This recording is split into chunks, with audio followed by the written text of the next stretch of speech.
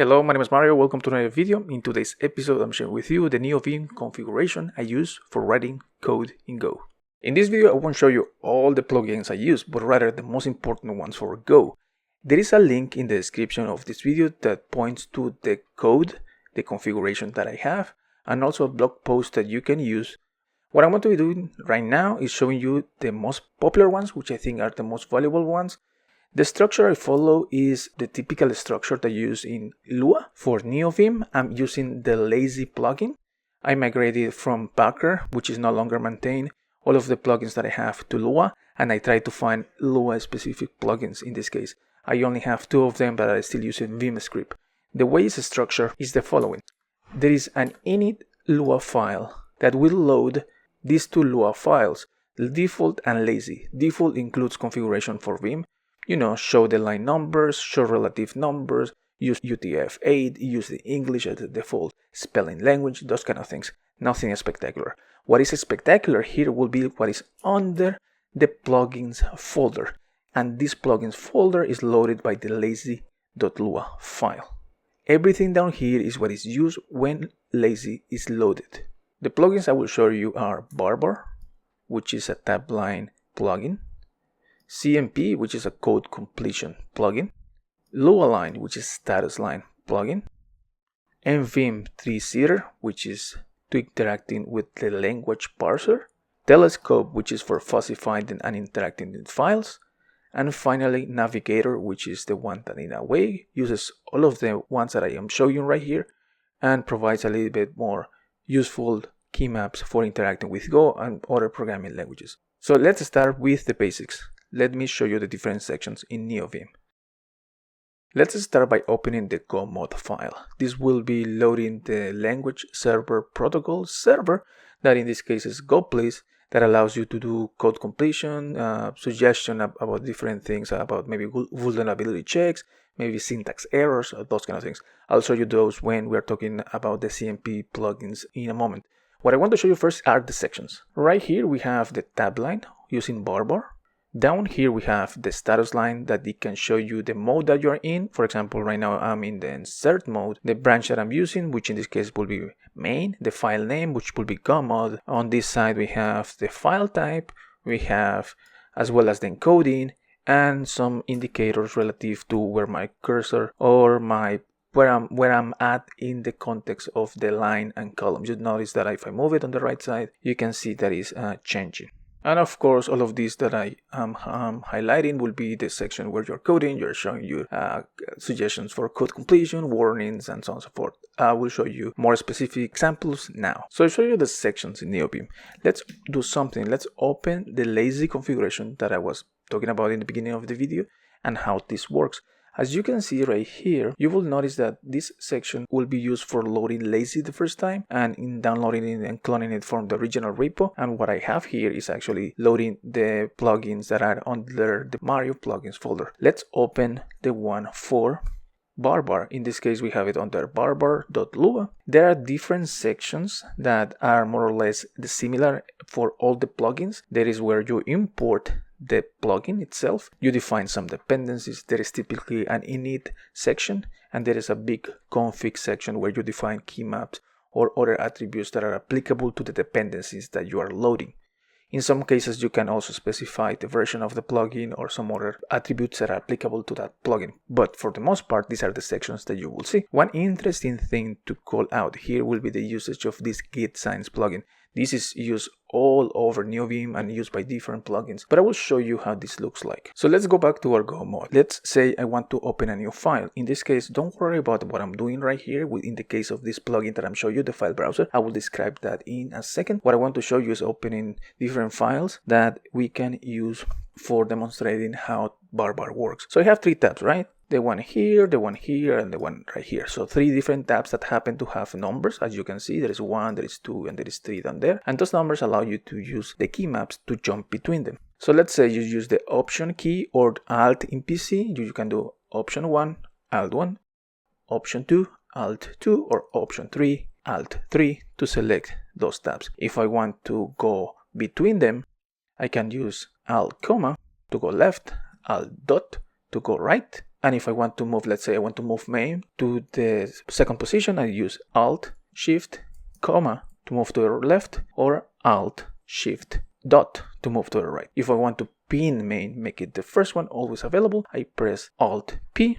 If I want to pin it, I press Alt P as well. Let's say I want to close it, I want to press Alt C, and it will close that tab in particular. If I want to close all of them except Go mode, well, I go Alt 1 and I press Alt B, and it will close all the tabs afterwards. There are more options as well. So if I go and let's say I open internal errors one more time, if you notice there is a X that you can use. Also, if you want to use this to close it, you press and use your mouse, and also as well you can use, again, in opening errors again, you can use your mouse to drag and drop between the two of them, or how many tabs you have. Those are the configuration options that I have enabled. There are more, so please check out the README for Barbar. Now let's talk about the status line plugin called lualine. This plugin is pretty much straightforward. I don't have too many options enabled or configured, but I want to call out a few things. And you saw this already in a way. There is a dependency for my theme called Capuchin, and there is this plugin called dev icons. And dev icons uses a patch font that allows you to display the icons that you can see, for example, this Linux icon or this Lua icon, as well as when I open a Go file, you will see the gopher. So this not only applies to this specific Lua line, but it actually is useful when you're interacting with the file browser or maybe when doing fuzzy finding. So again, the configuration is pretty straightforward. Let me show you a few interesting things about this in particular when we are editing a file in Go. Again, we're back into our Go model file. As I told you before, the status line displays the modes, normal, the branches, the file name, and the other things I showed you in the beginning of this video. So let's say I want to change the mode. If I go into insert, you will notice that now all the way down here it changed to a greenish kind of color. If I go in a visual mode, now it's kind of a purplish down here. And similarly, when I interact with, if I go up and down here, you can see that it's moving. So I close this and I go up and down, left and right. You will see it changes depending on there's a percentage. So I'm scrolling down, there's a percentage. If I open, let's say I open the README, well, the icon changes as well. And if I were using something that is not UTF-8, let's say ASCII, it will display the encoding as well here. Let's jump into the next plugin. Now we have the CMP plugins, or the code completion plugins. This is a little bit much more elaborated than the previous configurations that I showed you, but it starts to get interesting because this is where we're combining the different plugins to give you a different look and feel and a different experience. I want to call out a few things. One will be this LSP kind nvim plugin that uses the patch font that I showed you before, which is the dev icons plugin that I showed you when we were doing the status line. And also this one will be used for using snippets that I will show you as well. For the configuration, I have this indicator, which is a tab that is used when there is some sort of like auto completion enabled. You can disable it because sometimes it could be annoying, so just get rid of this configuration if you don't feel like using it. If you scroll down a little bit, you will see configuration related to the mapping. This is when you're scrolling down, up and down with the code completion. This is kind of the default configuration. You just have to have it. And finally, we have this configuration for how the code completion of values that appear are displayed. I like displaying the symbol and the text. This means the name that represents the thing that you are auto completing, as well as a symbol to differentiate between some other things that may have a similar name, so you can tell between maybe a variable, a function, or a type, or those kind of things. So this is useful for me. Finally, the last section is what I'm using for configuring the LSP servers that have different configuration options. I'm using the default for Go that is coming from the go.nvim plugin that I will show you soon. But I also have the default configuration for Python. This is for Ruby and this is for PHP that I use every now and then. Mostly for Go is using the default configuration that is coming from go.nvim and also enabled by Navigator. So let me show you how this looks in practice. So I'm back into our Go mod file. Let me open a file that demonstrates this. I'm going to open the to-do file that has a few different types defining here. Let me scroll down a little bit, find something that we can use for. So let's say I'm trying to find the options that are relative to the variable d that I have right here. What will I do? Well, typically you press d dot and you will see the different auto completion options that you have. Now, if you recall in the options that I was mentioning before, there is a way to display the symbol and the text, and this is what I was referring to. It's displaying the symbol and the type. In this case is a field, this is a method, this is a snippet. If I do auto completion for the standard package, or really any package that you have installed, you can take that information as well. So you can do a hello world. Of course, it's a dumb example. And you will notice that there are a few indicators that pop up from time to time. And again, this is relative to the navigator's plugin. But let's say there is an action right here. I can do space CA, and what it's going to do is giving me a menu to add an import for FUMP. I import and save it, and if I scroll up, you will see that now it's indicated right here. Now, because we're editing this file, you will notice that there is also something else. This line that you see, there is a green line that indicates a new line was added. This is coming from gitsigns. And also down here, there is another indicator that says we added 3 lines, and the same way all the way up here. So you have different ways to notice when a file is being modified and it interacts with the different plugins that you have. Let's say I delete something. Let's say I delete this line. Now you can see that it was deleted up here, down here, and all the way out here. Let's say I change something. I remove the indicates. Well, now you will see it here, you will see it here, and you will see it all the way up there as well. Really nice, right? And let me show you the snippet. I want to add the snippets for task. I want to add a new method. So what I will do is scroll down a little bit, press FUM, which is a snippet for a method, which in this case will say, okay, T, tab, task, tab, method, new. Of course, this doesn't make any sense, but you get the idea. Tab, tab, tab, return, nothing. Okay, redundant. This is, of course, an example of using the FUM to allow to add a new method. Let's go into the next plugin. Now it's time to talk about treesitter. Treesitter is a plugin for interacting with the language parser tree. I'm using the basic configuration for this, although it looks like it's a lot, but really I'm just using the configuration for functions and classes, which in this case will be the struct types. So I want to call out a few things. First of all, we see here these text objects that allows you to work with objects, which is the things that I was just saying now about the function, comments, anything relative to the programming language, anything syntactically that could apply. You can do your typical motions like deleting, copying, moving, and so on and so forth.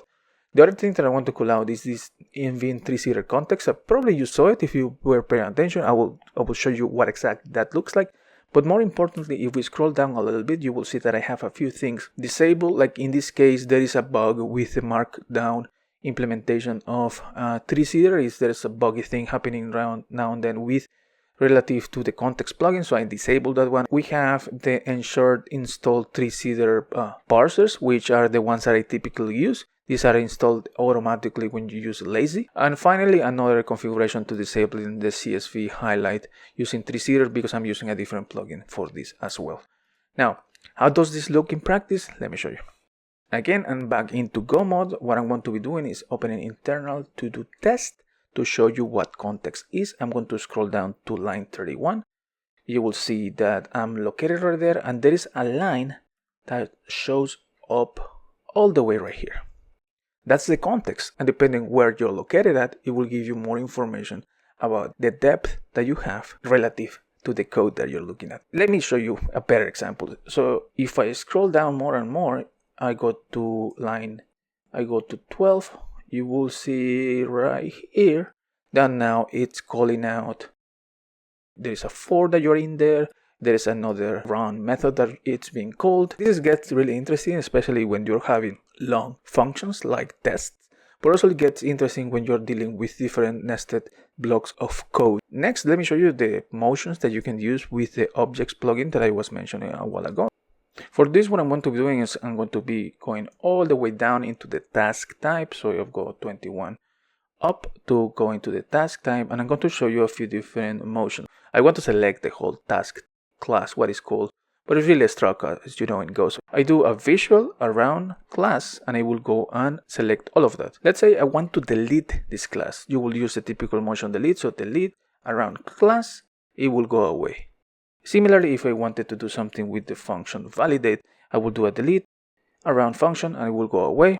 If I want to use select VAF, it will select it. Alright, let's talk about the next plugins. Let's talk about the telescope plugins, which are used for fuzzy finding, displaying lists, and also have the extension for the file browser. I personally like that a lot compared to the other ones that are available.